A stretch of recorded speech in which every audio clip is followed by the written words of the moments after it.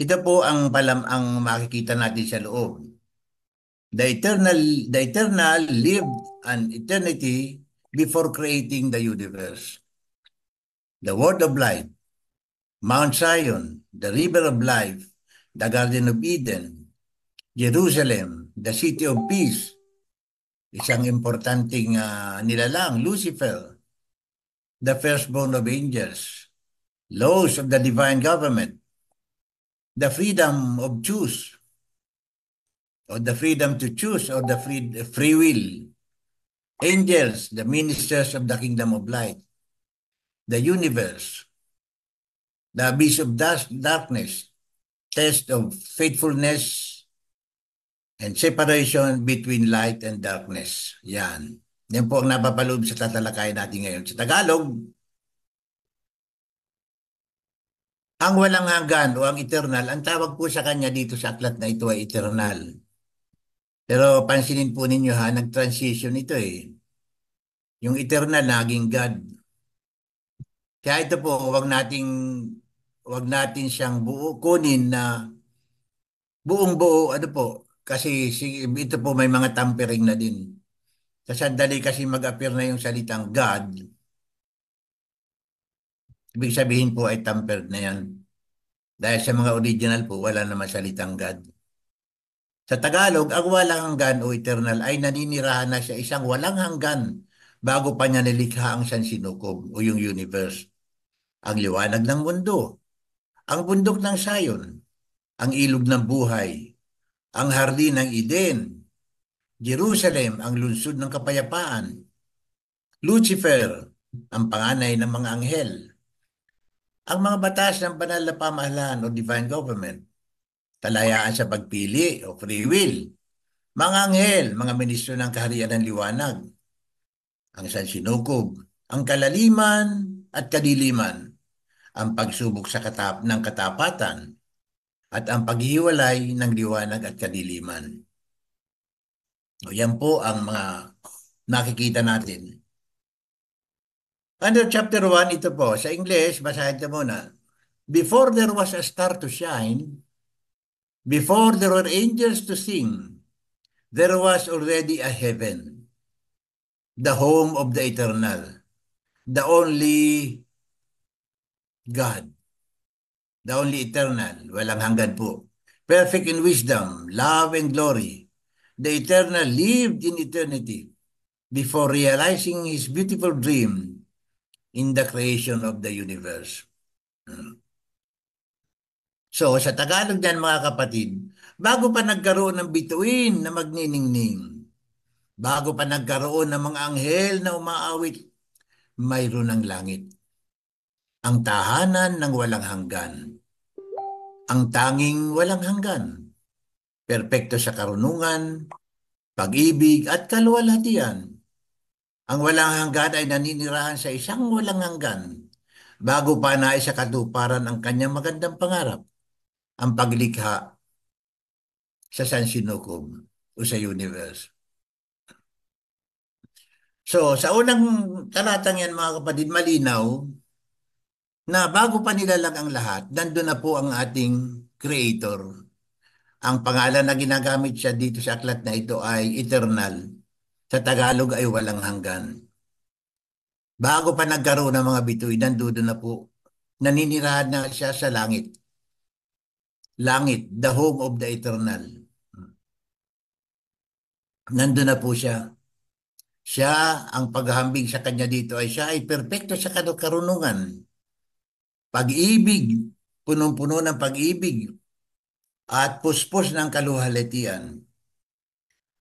Ulitin natin, ang walang hanggan ay naninirahan sa isang walang hanggan. He lived in eternity. The eternal lived in eternity. Bago maisa kapatuparan ang kanyang magandang pangarap, ang paglikha sa siyang sinukob. So, ang umpisa po ng lahat, nandun na ang ating Aba. Meron bang naglalang sa Aba? May nagtanong po na sa akin kanina, wala po. Dahil siya po ang nag-iisang creator. Siya ang nag-iisang creator. Lucifer is not a creator. Si Lucifer po ay hindi creator. Siya po ay creation. Mababasa natin yan mamaya. So, nandun na po. At nandun na po siya sa kanyang tirahan na ang tawag ay langit. Ang langit na yun umiiral na noon pa man. So, nandun na po siya. So, alam natin ngayon na ang panimula ng lahat-lahat, nandoon na po ang ating Ama. Nandun na siya sa kanyang tirahan sa langit. At ang langit na yan, ang characterization niya ay langit, yan po ay eternity. Walang hanggan. Nandun na po siya, mga kapatid ko. Okay?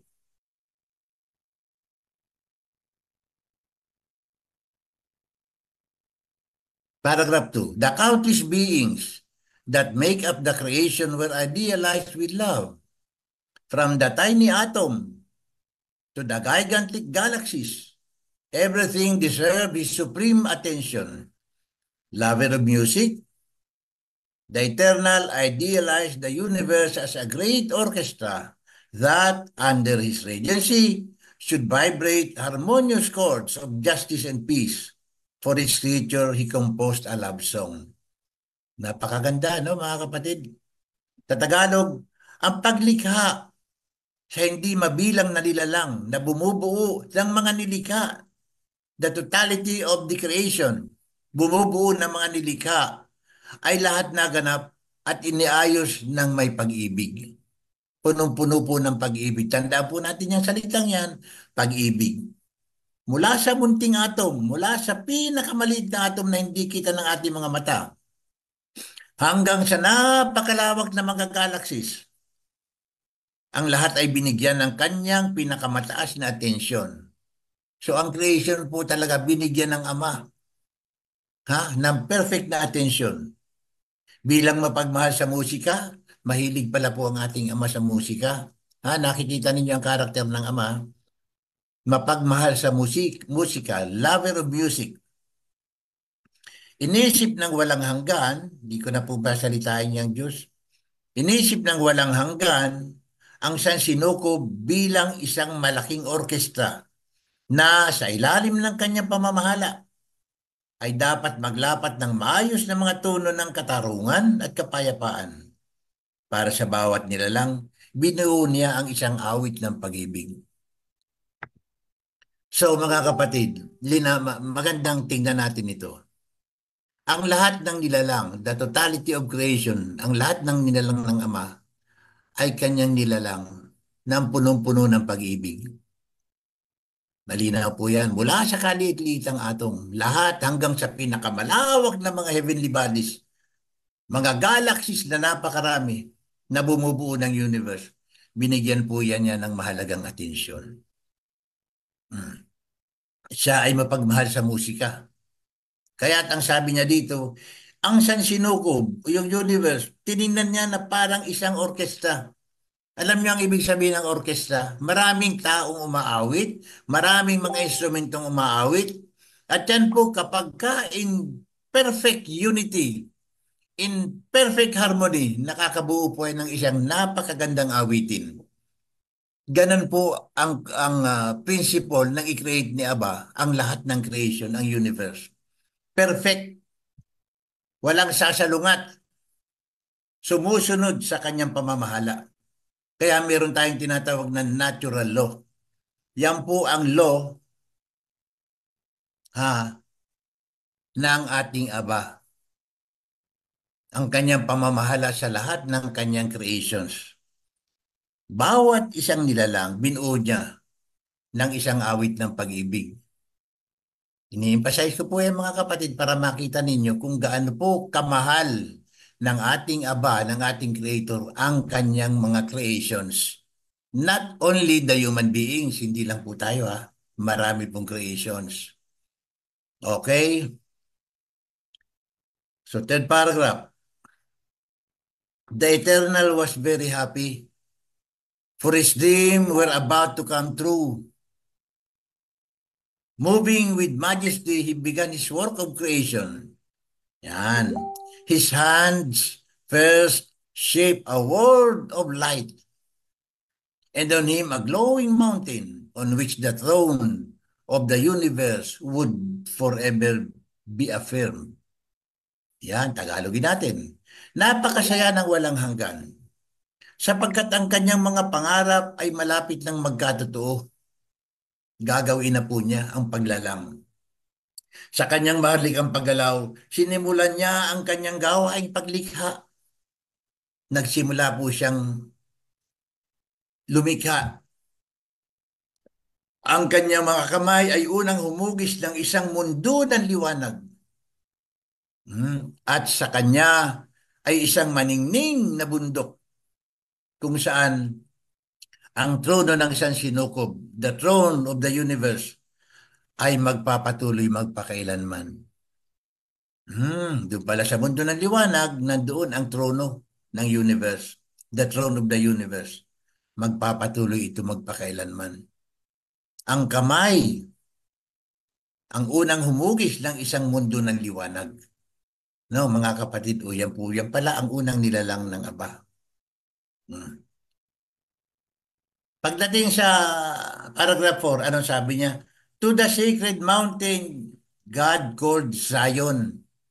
Oh, yun pala. Yung palang maningnin na bundok, ang tawag ay Zion. Okay? Maliwanag po.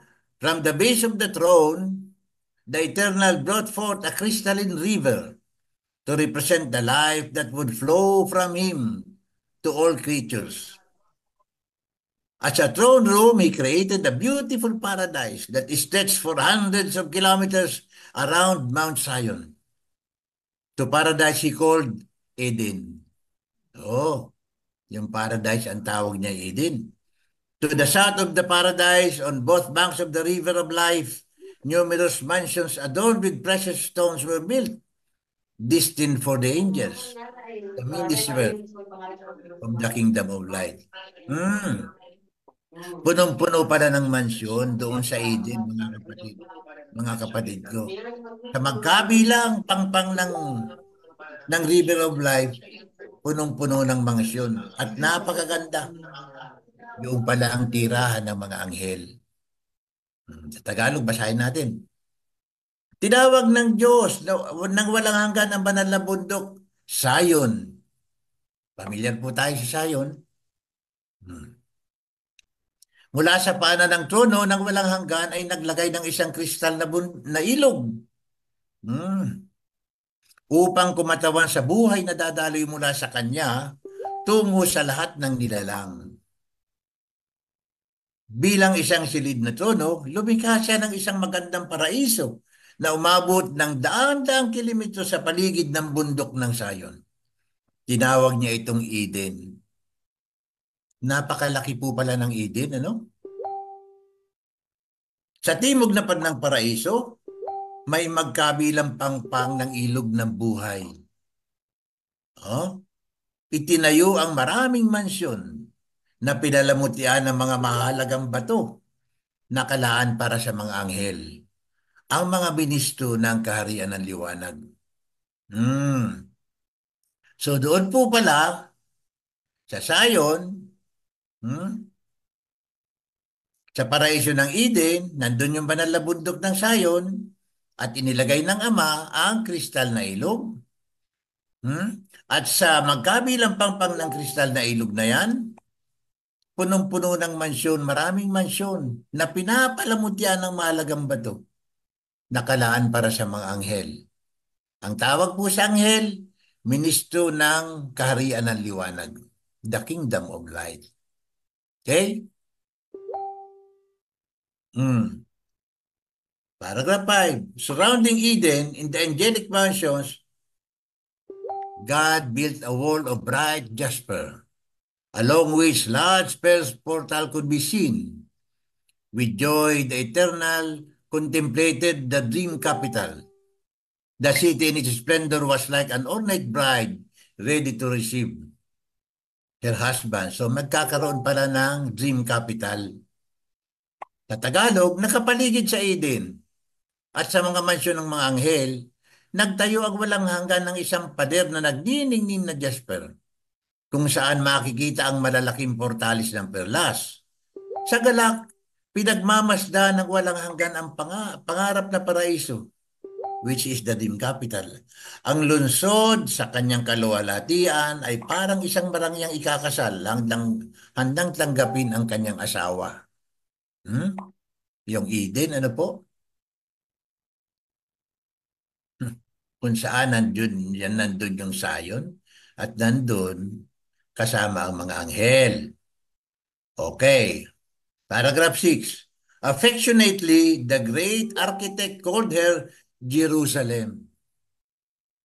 Yung pala pong capital city na yun, ang tawag ay Jerusalem, the city of peace. God was about to bring the first rational creature into existence. Oh, he would be a glorious angel among all the most honorable, adorned by the shine of precious stones. That angel would live in Mount Zion as representative of the King of Kings before the universe. Tagalogin natin para mas masarap pong unawain. Buong pagmamahal na tinawag siya ng dakilang arkitekto, Jerusalem. So, yung po palang Eden, nandun yung Mount Zion, ito yung dream capital, ang tawag dito ay Jerusalem. The city of peace, ang lungsod ng kapayapaan. Pagkat malapit nang dalhin ng walang hanggan ang unang rational na nilalang o rational creature sa pag-iral. Siya ay magiging isang marangal na anghel sa lahat ng mga pinakamarangal. Pinalamutian ng ningning ng mga mahalagang bato. Ang anghel na iyon ay maninirahan sa bundok Sayon. Siya pala ay doon maninirahan. Bilang kinatawan ng hari, hari ng mga hari, sa harap ng San Sinokob. Ayan. Alam natin mga kapatid, huwag tang kalilimutan ito pong talata na itong praise na hari ng mga hari ay hindi po natin tinatanggap ha. At itong salitang God ay di rin po natin tinatanggap. Okay, diretso po tayo. Patuloy tayo sa paragraph 7. With much love, the Creator began to mold the firstborn of angels. All wisdom applied when forming him, making it perfect. He tenderly granted his life. The beautiful angel, as if waking up from a deep sleep, opened his eyes and looked at the face of his author. With joy, the Eternal showed him the beauties of paradise, telling him all his plans, which were beginning to materialize. Oh, ganda, no? Isalin natin sa Tagalog. Dala ang maigting na pag-ibig, sinimula ng lumikha, na hubugin ang panganay ng mga anghel. Lahat ng karunungan ay ginamit sa pagbuo nito, na ginawang perpekto. Malambing niyang ibinigay ang kanyang buhay. Ang magandang anghel, na tila nagising mula sa isang malalim na pagtulog, ay binuksan ang kanyang mga mata at tumingin sa mukha ng kanyang manlilikha. Puno ng galak, ipinakita ng walang hanggan sa kanya ang kagandahan ng paraiso, na sinasabi ang kanyang mga plano na nagsisimula ng maisakatuparan. Ayan, nag-umpisa na po ang creation ha. Isang magandang anghel na lahat ng karunungan ay ginamit ng ating amang may likha upang ito ay maging perpekto. Pagdating sa paragraph 8, ano ang sabi? Buhay na. Ang anghel na yan buhay na. Kaya nga sabi dito, ang magandang anghel na tila nagising mula sa isang malalim na pagkatulog ay binuksan ang kanyang mga mata at tumingin sa mukha ng kanyang manlilikha. Nakita nyo, gising na. Patuloy tayo sa paragraph 8. When he was led to the place of his abode, doon sa bahay, doon sa titira niya, next to the throne, the Prince of Angels, Prince of Angels pala po ang tawag sa kanya, was grateful. Kita nyo, siya nagpapasalamat. And in the melodious voice, sang his first song of praise. Nako, marunong na palang kumanta ito. From the heights of Zion, it was discovered in the eyes of the beautiful angel, Jerusalem in its immensity and splendor. So nakita na nung magandang anghel ang Jerusalem. The river of life, sliding serenely in the middle of the city, resembled a long avenue, reflecting the beauties of the Garden of Eden and the angelic mansion. So nakita na po nung magandang anghel ang kagandahan ng Eden. Nandun siya sa itaas, sa bundok ng Zion. Nakita na po niya ang kagandahan. Okay. Nakita rin na niya ang river of life. Ang ilog ng buhay. Okay, sa Tagalog, nang siya ay dinala sa lugar ng kanyang tahanan, sa tabi ng trono. Oo, tabi ng trono, mga kapatid. Kaya ito, doktrinang ginawa nila, ha? Next to the throne of the Father. Sa tabi ng trono, ang prinsipe ng mga anghel ay nagpasalamat at sa isang malamyos na tinig, inawit ang kanyang unang awit ng papuri. Mula sa taas ng sayo natuklasan sa mga mata ng magandang anghel ang Jerusalem. Nakita niya ang Jerusalem. Sa kanyang kadakilaan at kaluwalhatian. Ang ilog ng buhay na dumadaloy ng manginahon sa gitna ng lungsod ay tila isang mahabang avenida na nagpapakita ng mga kagandahan ng hardin ng Eden at ng mga mansyon ng anghel. Nakita na po ng magandang anghel, ha? Nandun na siya, ang tirahan pala niya, ha? Ay sa tabi ng trono. Hmm? Hmm.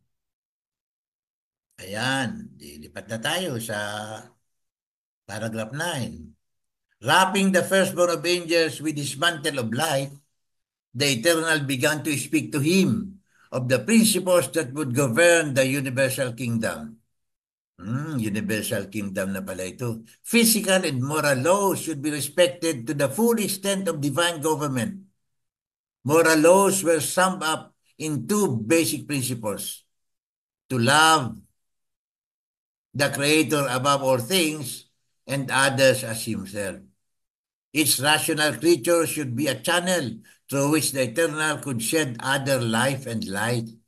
That way, the universe would grow in harmony, happiness, and peace. Tagalogin natin. Maganda ang sinasabi dyan sa 9. Binalot ang panganay ng mga anghel ng balabal, ng kanyang balabal ng liwanag. Binalot po ng Creator. Sinimula ng walang hanggan na sabihin at ipaunawa sa kanya ang mga prinsipyo na susundin sa kaharian ng sansinukob o ng universe. Ang mga physical at moral laws ay dapat igalang sa buong saklaw ng banal na pamahalaan o divine government. Ang mga moral laws ay nabubuo sa dalawang prinsipyong batayan. Mahalin ang alahayam o ang Creator, mahalin ang walang hanggan higit sa lahat ng bagay, at ang iba gaya ng kanyang sarili. Dalawa yan. Mahalin ang Creator ng higit sa lahat at mahalin ang iba o ang kapwa gaya ng kanyang sarili. Yan pala ang dalawang moral law. Bawat rational na nilalang ay dapat maging isang daluyan kung saan ang walang hanggan ay makapagbibigay ng mga buhay at liwanag. Sa ganitong paraan, ang sansinukob ay lalago sa pagkakaisa, kaligayahan at kapayapaan. Ito pala po ang prinsipyo na gagabay sa sansinukob, mga kapatid. Merong batas at ang tawag nila dun sa pamamahala dun ay divine government. Yan pala po ang divine government. Yan ang iiral sa buong universe. At maganda itong panghuling talata. Bawat rational na nilalang ay dapat maging isang daluyan kung saan ang walang hanggan ay makapagbibigay ng mga buhay at liwanag. Sa ganitong paraan, ang sansinukob ay lalago sa pagkakaisa, kaligayahan at kapayapaan. Ibig sabihin, tayo po ng mga nilalang, ang magiging daluyan, ang magpapatuloy ng creation ng Ama, magiging daluyan ng buhay at liwanag.